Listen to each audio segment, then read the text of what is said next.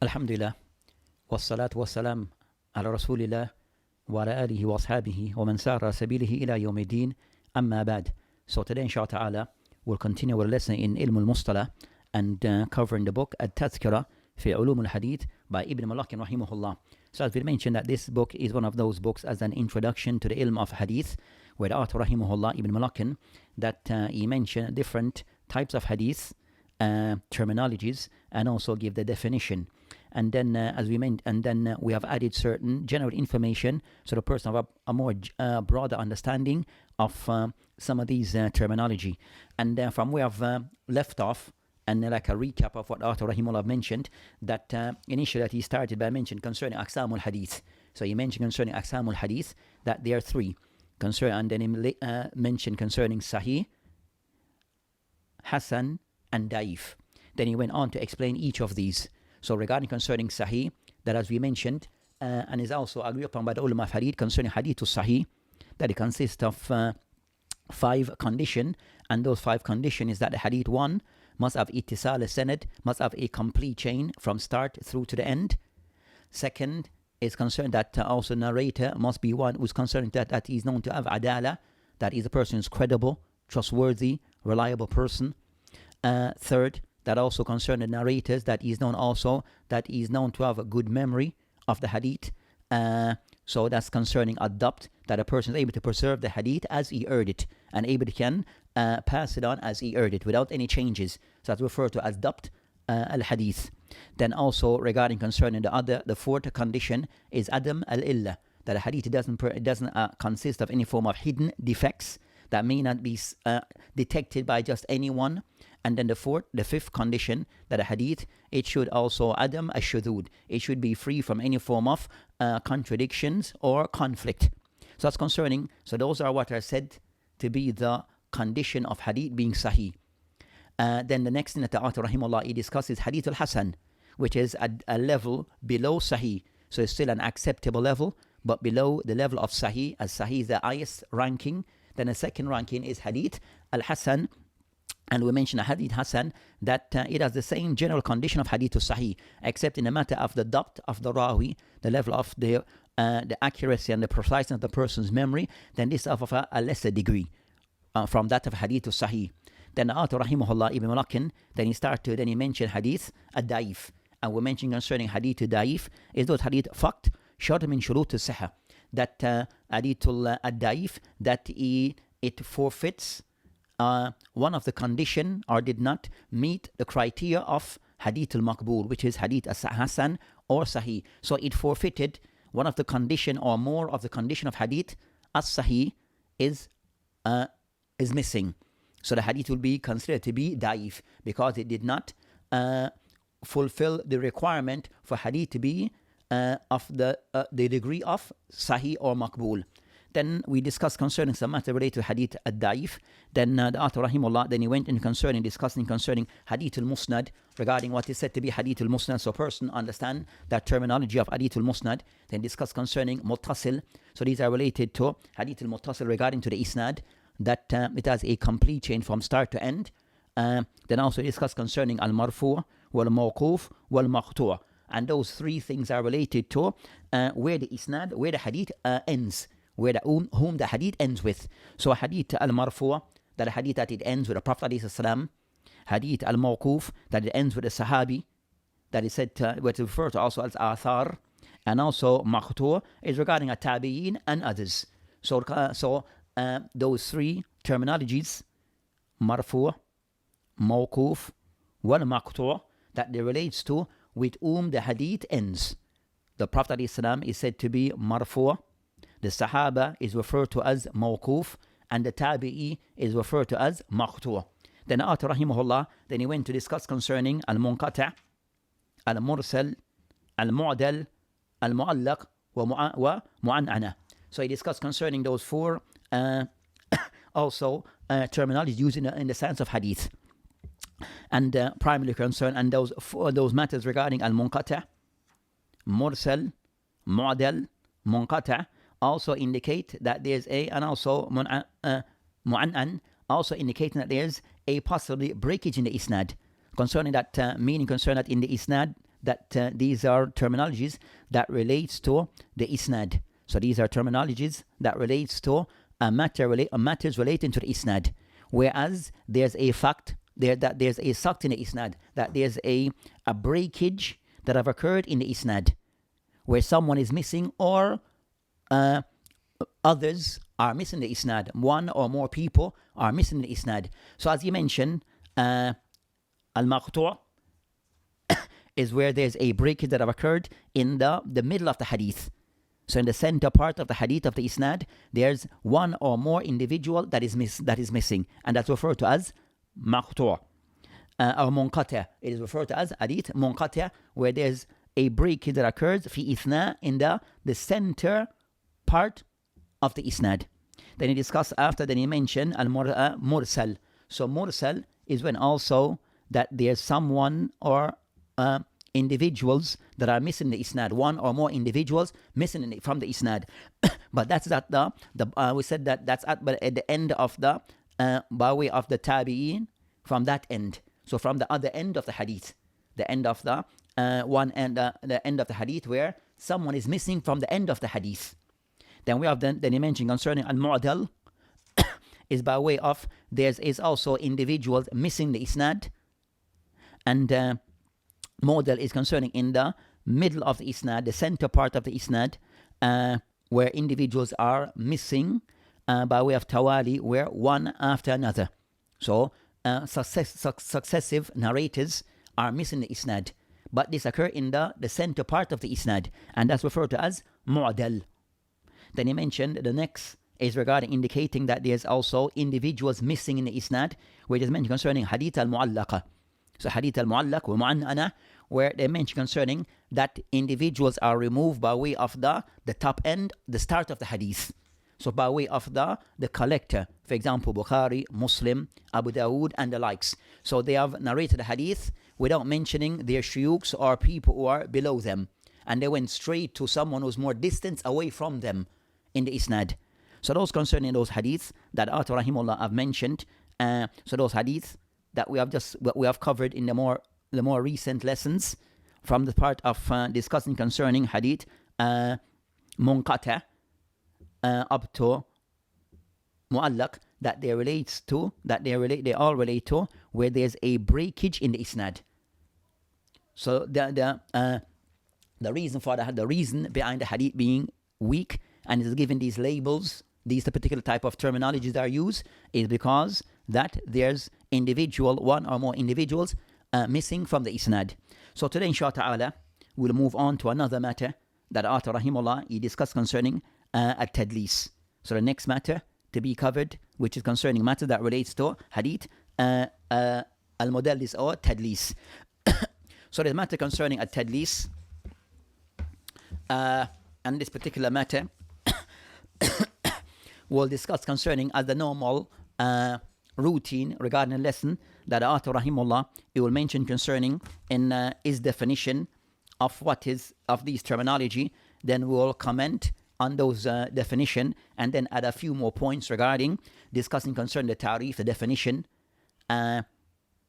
compare definition of the author and what is the common, the more renowned definition of that particular terminology, and then we'll discuss concerning some examples, and also the hukum, and also some sources or book that may cover this topic more in depth. So regarding concerning, as he mentioned here, hadith, that he mentioned tadlis. He mentioned tadlis. Then he mentioned regarding this matter the definition concerning huwa makruh لأنه يوهم اللقاء والمعاصرة بقوله قال فلان وهو في شيوخ أخف. So the author Rahimullah Ibn Mulakin he mentioned tadlis huwa makruh. That's kind of somewhat more discussed concerning the hukum. It is something which is disliked. لأنه يوهم اللقاء والمعاصرة. That then he mentioned that where he kind of somewhat he explain the reason, which is لأنه يوهم, that kind of somewhat it give the impression that there's liqa wal mu'asara that's occurred, that concerning that there's a meeting, and also that both are contemporaries. بقوله قال فلان, where the person says, the narrator say قال فلان وهو في شيوخ أخف, and between the shuyukhs it is less, or so that's concerning what he defined. Makruh, huwa makruh لأنه يوهم اللقاء والمعاصرة بقول قال فلان وهو في شيوخ أخف. So that's what the author rahimahullah he discussed concerning at-tadlis. As for that, what he mentioned here, it doesn't per se give a clear definition of what is tadlis, or what is referred as mudallis. So it doesn't give a clear definition of what is tadlis. So at-tadlis, so giving more clarity on at-tadlis, and as what is mentioned by the ulama, that the word tadlis is used, and at times they use mudallis. So at times some refer to as mudallis. And what is this? Lugatan, according to the linguistic meaning concerning tadlis, it may carry different meaning. That it means concerning that min dhilam, something being like clouded in darkness, something was not very clear. So that is tadlis, a form of so that is concerning tadlis. Or tadlis can mean al khafa, something which is hidden. So that's concerning the meaning that attached to tadlis, where something is not clear, something is not being mentioned clearly. So I mentioned concerning tadlis, like they said concerning khitman, al-aib, al-sila, and al-mushtari. So they said tadlis, they also use the word tadlis concerning to explain that tadlis, khitman al-aib, where a person conceal the fault in an item from the buyer. So a person has something that they wish to sell, but they would conceal the fault in the item from the person who's the seller. So the person has the impression the item is complete, but the reality it is not, because the person have concealed the aib. So that's concerning the meaning of tadlis linguistically. So as for what is meant istilahan, the word at-tadlis, according to the ulama of hadith, that of those who have given the meaning concerning that tadlis,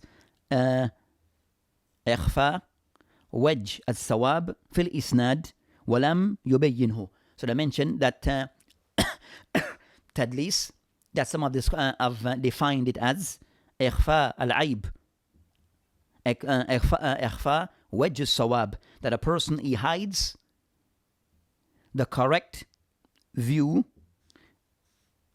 in the isnad, or the correct view of the isnad, and did not clarify this.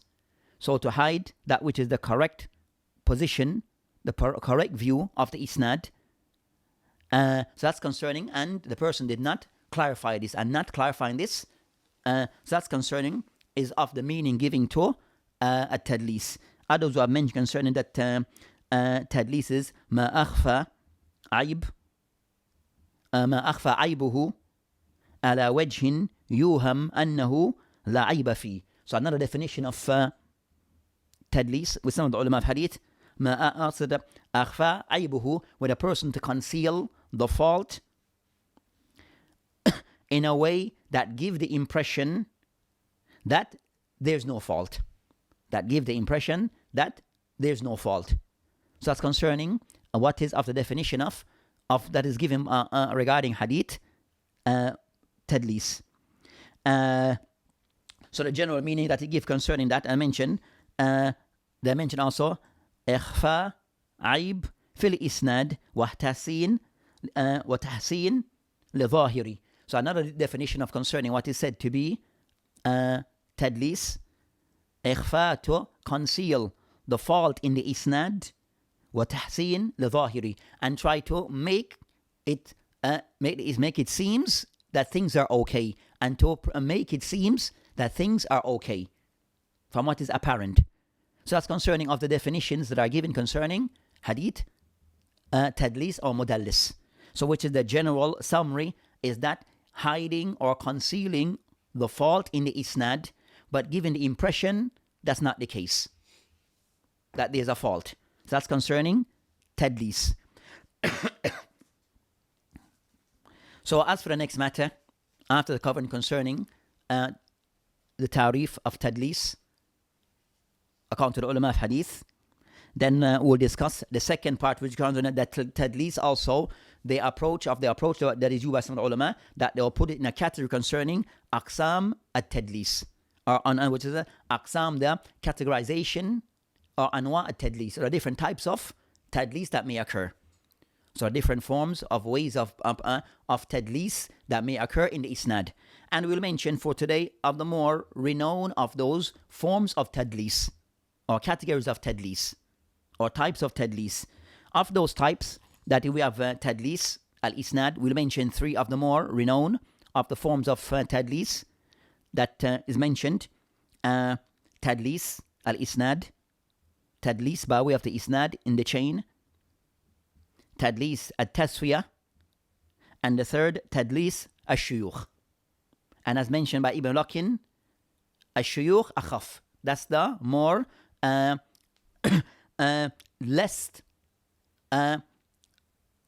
least of the tadlis. The third. But we'll mention, so let's mention, so we mention each and then we'll clarify each according to the ulama of hadith, and this will give also the hukum that attached to it. So regarding tadlis al-isnad, that ulama have mentioned concerning defining tadlis al-isnad, that they mention huwa and yarwi al-rawi, where a narrator narrates, and man laqiya, a person who he has met, ma lam yasma minhu. So what is meant by this is tadlis al-isnad, where a narrator, the student, narrates from someone who he has met, his teacher, what he did not hear from him. So, yuham, giving the impression, annahu sami'a minhu, giving the impression as if he heard this hadith from him. What is meant by this? So clarification regarding this definition. So I mentioned the definition again. And yarri al-muhaddith al-rawi an man laqiyahu ma lam yasma minhu yuham annahu samiyahu minhu. So the definition of this is concerned that a person, a narrator, narrates and someone he has met and heard from him. But he is narrating from that person something he did not hear from him, but give the impression that he heard this particular thing. So what we're saying, or what is being clarified, is that a narrator who is the student, that he has heard and met his sheikh. So there was a physical meeting and they heard from each other. And he heard some hadith. He heard hadith from number 1 to number 10 from his sheikh. But then he narrates hadith number 15 that he did not hear from his sheikh, giving the impression as if using certain wording that give the impression he heard this. So, and by saying, for example, qal and the likes, and the word an. So what is this hadith al-isnad, where the student who have heard some hadith from his sheikh narrates hadith that he did not hear directly from his sheikh, giving the impression he heard those hadith. And that is tadlis al-isnad. That is tadlis in the isnad. So that's concerning, so that's so there that's what is referred to as tadlis al-isnad. So it goes back. So that's concerning, that's one form of tadlis. That's one form of tadlis. And it becomes problematic where the hadith that is, some of the hadith that he's narrating, he heard some, but also he's narrating things he did not hear. He's narrating some hadith that he did not hear directly from his sheikh, even though he did hear from his sheikh. So that is where concerning that, the tadlis, it comes into play. Nam, whereas form of deception, why this is done. So, in moving forward regarding tadlis, first to understand that you find concerning that you have a student and his teacher will fall into, or narrator with another narrator, that they fall into 4 situations. One, narrator A, that he met and heard from narrator, from his teacher B. So they did meet and he heard from him. And that's clear. Then a scenario B, second scenario, that a person that he met his teacher but he did not hear from him. So there was a meeting, but there was no sama of hadith from him. For example, that they met in a house and they had dinner. So a meeting did take place, and that person is known to be a well-known sheikh of hadith. Or they met in the masjid, but they was not in a lesson format. They met in the masjid, they prayed the salat, they spoke, but there was no hadith that was narrated between themselves or by way of the sheikh to him. So a meeting occurred, but without sama. Then so in reality, that person should not narrate hadith on that sheikh, because he did not hear from him, even though they met. The third scenario that they, both of them, that they live in the same time period, but there was no sama occurred between them. Both of them were present, but there was no sama, and concerning meeting between them also is unclear whether they actually met, but we know that they lived in the same time period. But as for meeting, it is unclear, and as for sama, it didn't occur. That we sure that they did not hear from each other. So that's the third scenario. The fourth scenario is that the person, they were not for the same time period, so for certain they did not hear from each other. One died before the other was born. So for sure they didn't meet, and they were not at the same time period. So in that case, it is clear. That there's no alaka, no meeting between both, or any form of relation between both. So regarding concerning, something you find that the case that become more pragmatic is regarding concerning the second scenario, and also the third scenario. If both met each other, but sama did not occur. So that needs to be investigated, because they met, but did they hear from each other? Then that becomes the thing that needs to be investigated and to be confirmed.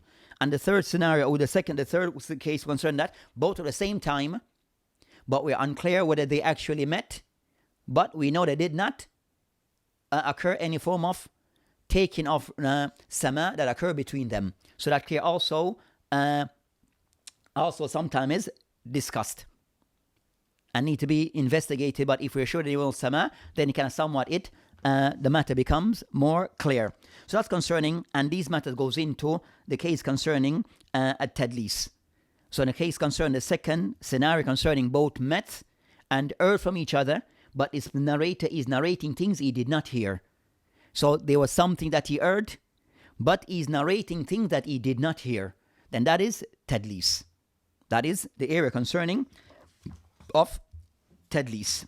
So regarding concerning this particular form of Tadlis, al-Isnad, then as mentioned, ulama, is something which is makruh jiddan. It is something which is very disliked.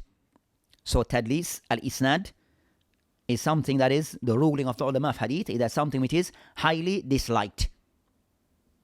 And most of the ulama that they speak ill regarding those who fall into this.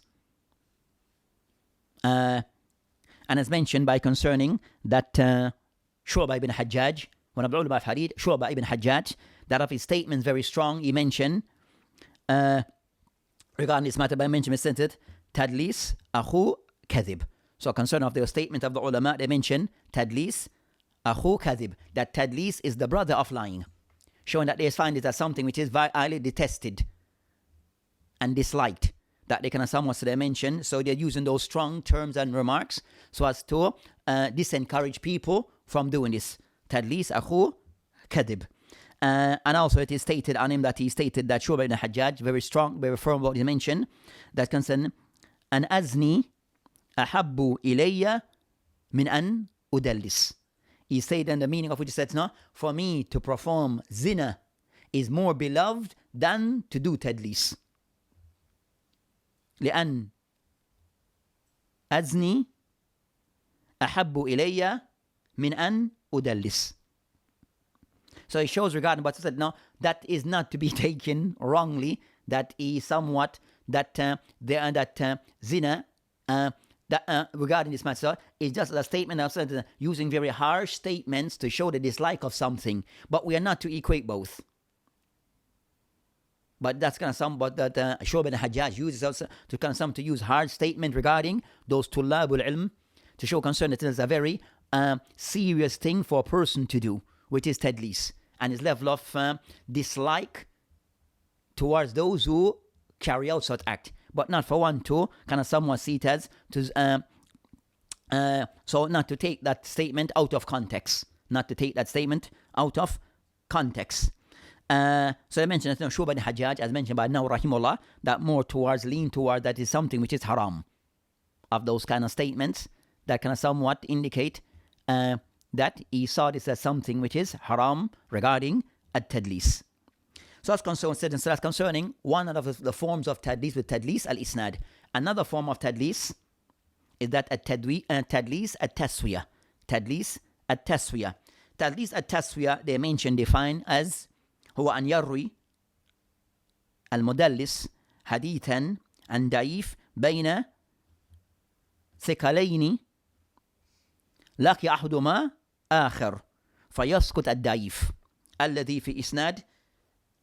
So what it is, tadlis at-taswiyah, is where a narrator who is known for tadlis, a narrator that what he does and fall into tadlis by, he narrates a hadith and he drops a narrator who's da'if, that is in between two persons who are thiqat. So we have three individuals. The two are credible, and the one in between them is da'if. So the person who's narrating the hadith, he would try to drop the weak one in between the two ones who are said to be credible. Hope that is clear. So you have the narrator, he tries to bypass that person who is weak, because between him, before him and after him, there's those two individuals, they're said to be credible, they're thiqat, but the weak is in between them, the weak person. So he tries to bypass the weak one by dropping him, because of those two credible ones, they have met each other. So that's concerning tadlis at-taswiyah. So I try to make it so that they refer to that tadlis at-taswiyah, where the person tried to conceal or hide the fault of the weak one, because he's in between two persons who are credible. So he tries to hide this person, to hide this fault in the isnad. So that's concerning hadith at-taswiyah, and it's said to be one of the mentioned concerning this one of the worst kind of tadlis. Tadlis at-taswiyah is said to be of the worst type, because that person who is trying to hide is weak, even though he's in between two persons who is thiqat, and that makes it more. That's where so that becomes the thing that makes it even more detestable, that you're trying to hide the weak in between two credible individuals, two persons who's thiqat. So that's concerning of the more detestable forms of tadlis, which is tadlis at-taswiyah. The other type, the third that we mentioned, tadlis ash-shuyukh, that ought also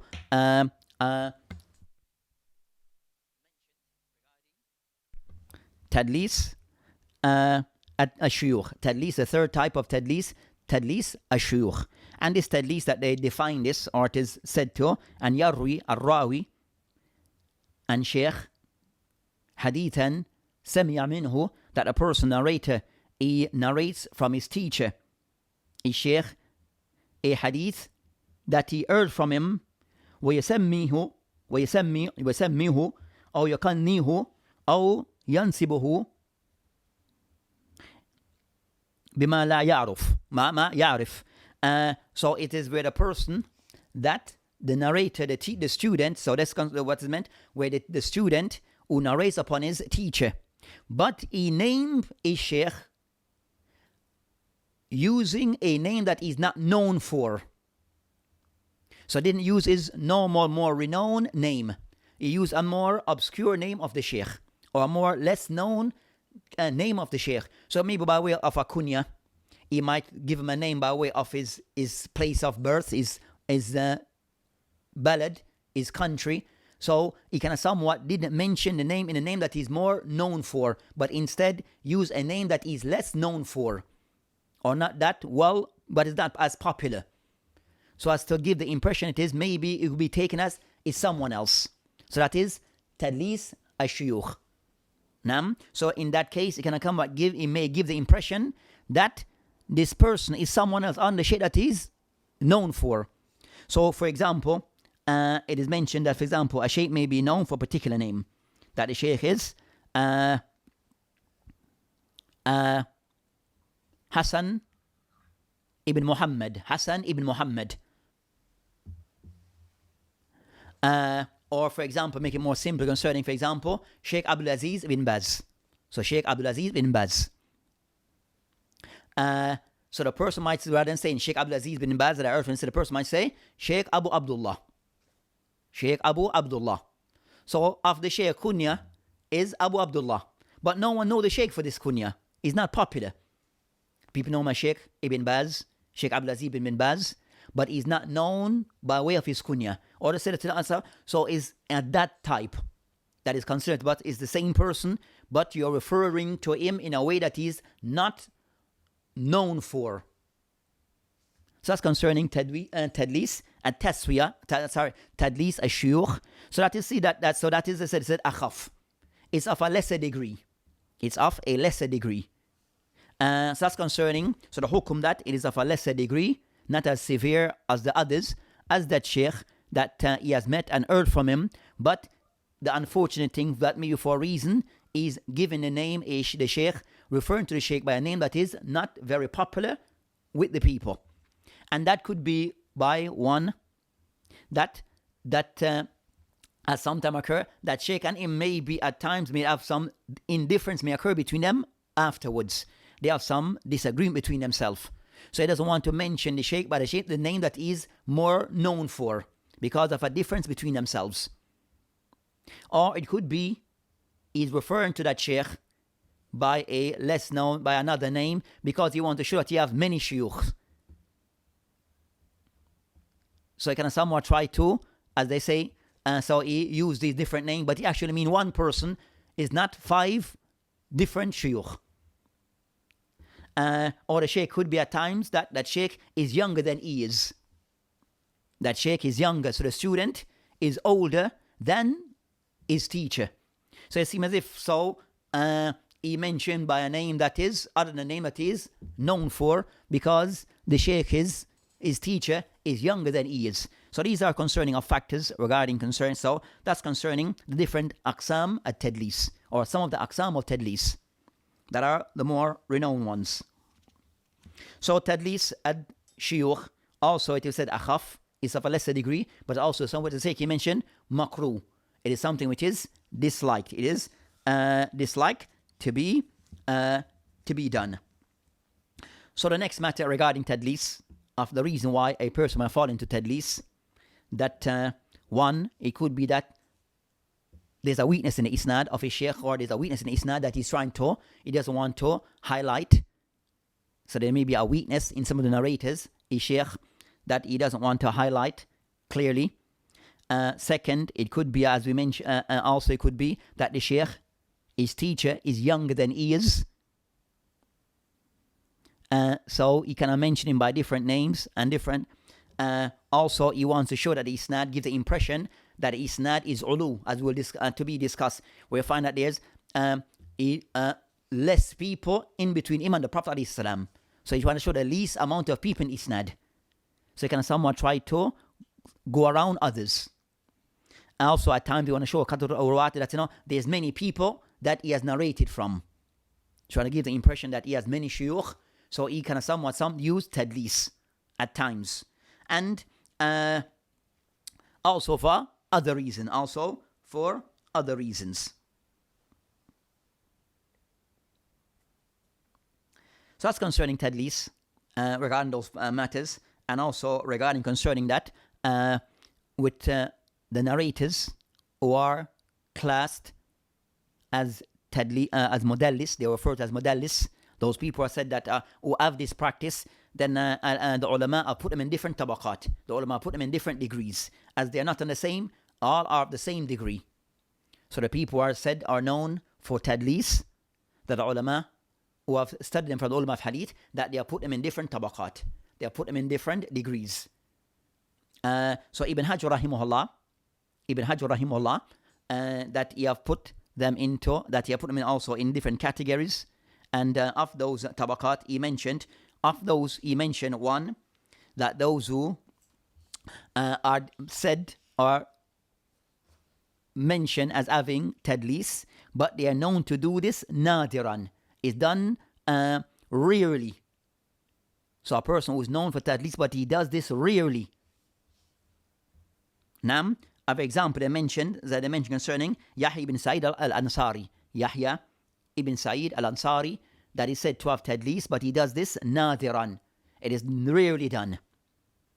So in most cases, the hadith is acceptable, because it's something which is a rare thing that is done with him. It's abnormal for him. Also, another category that they mentioned, that a person said to be thiqat, a person himself who is thiqah, but also he would make tadlis on other people that he owes to be thiqat. So a person who's credible, but he will do tadlis on people who are thiqat. And this is what he's known for. So also, his hadith is looked at concerning, for example, Ibn Uyayna is known for this.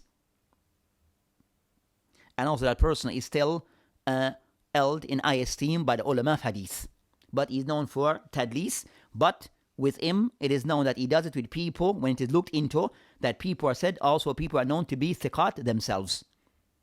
And also, you have Sufyan al-Thawri, that sometimes do that, but they do that, but it's not done, and it's on a minimal level. It's done on a minimal level. Not something that is widespread. So something that is done, few occasional cases, such as Sufyan al-Thawri, that also another degree that I mentioned, those who are known, ikthar min tadlis. Those who are known to do this frequently. Those who does this frequently. Even though he's said to be a person who's thiqah. So a person who is known to be thiqah, but he is known to frequently do the act of tadlis. As they mentioned, Abu Zubair al-Makki. Abu Zubair al-Makki. Then also another level concerning man akthar min tadlis, a person who is known to do this frequently, and they do it on people who are du'afa and people who are majahil, people who are weak, and also they are said to be unknown. So people who carry out this act, but they, when looked into, that they do this a lot regarding people due to the person being weak and that person being unknown. And also a category of people who fall into tadlis, but they themselves, they do tadlis, but also they themselves are criticized for other reasons. They are said to be weak for other reasons. Added to this is tadlis. So those ones are dismissed. So you have those different levels regarding tadlis. As we mentioned, regarding concerning those 5 degrees, the first 2 are acceptable. The third, the person is thiqah, but may do this a lot, then his case is investigated. Those ones are looked into thoroughly to ensure that whether, so the case are to be looked into and researched thoroughly regarding the case of tadlis. As for the 4th and to the 5th, the 2 last, then those ones are dismissed regardless. So those ones are dismissed regarding their tadlis. And so that's concerning the hukum regarding people in general that relates to that are involved in tadlis. So that inshallah ta'ala, so you find concern that Ibn Hajar rahimullah, you have books that have also been discussed concerning that particular matter. Of those who have written on this topic, you have a book by Ibn Hajar rahimullah that's referred to as تعريف آل التقديس بالترتيب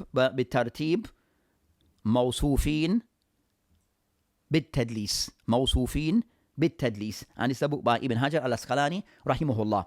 So Ibn Hajar rahimahullah somewhat put a book. Ibn Hajar rahimahullah put a book together. We can somewhat discuss concerning those who are said to be mawsufin bit tadlis. Those who are said to be described with tadlis are known for a degree of tadlis, and regarding their cases and when they are acceptable and those that are unacceptable. So this is concerning the book that is written by Ibn Hajar rahimahullah on this particular topic. So with that, inshallah ta'ala, we have discussed some of the topics relating to at-tadlis, some of the matters that relates to at-tadlis. So with that, inshallah ta'ala, we'll stop at that point and we'll continue in the next lesson regarding what the author discussed next regarding the other forms of hadith, أنواع الحديث الضعيف. وبالله تعالى توفيق وهذا السبيل والآخر دعوانا الحمد لله. السلام عليكم ورحمة الله وبركاته.